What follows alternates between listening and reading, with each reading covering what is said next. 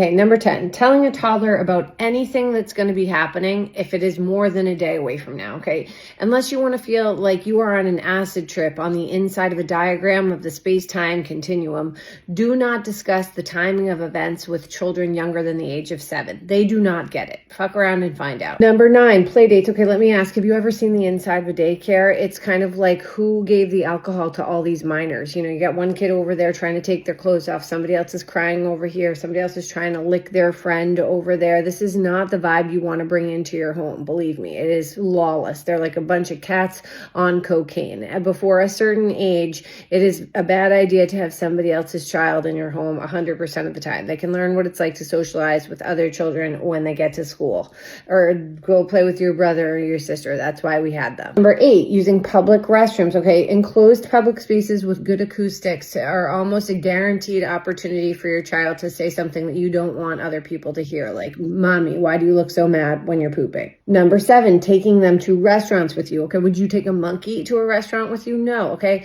Order takeout. Put a blanket down and a movie on in the next room, and then you go sit at the table with your husband, wife, spouse, whoever it is, by yourself. I don't give a fuck. Open a bottle of wine and relax, okay? That's how you enjoy a dining experience while you have young children.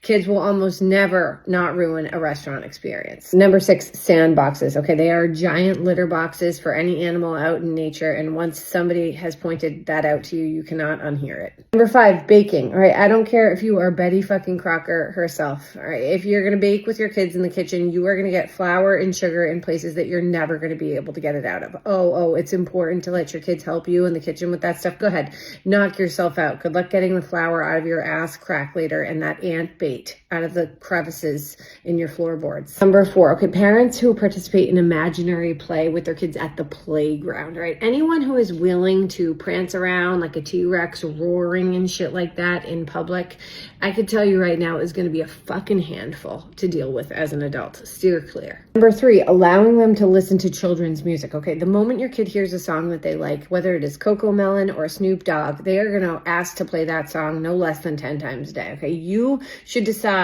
what you want to be the soundtrack of your day and let them listen to that music. Number 2, birthday parties with friends before elementary school. If you think that I want to go to your 2-year-old's birthday party just because our kids were in a twos program together this past year, go get your head checked. All right, unless you are a blood relative or serving alcohol, I could not be paid to go to a 2-year-old's birthday party. I'm not buying presents for anyone else's kids unless I can guarantee that my kid is still going to remember their name in a year from now. Number 1, hangovers. Okay, the last thing you're going to need when you wake up feeling like somebody's been blowing smoke in your eyes and feeding you cotton balls for breakfast is a toddler up in your grill asking you to pretend to be a Ninja Turtle all day. Parenting young children while hungover should come with a Surgeon General's warning. That being said, it happens to the best of us. Godspeed. That wraps it up. If you'd like to add to the list, feel free to do so in comments. And if you have any other comments that are like annoying, negative, that you're triggered by any of this, I just want you to know that I would never hang out with you.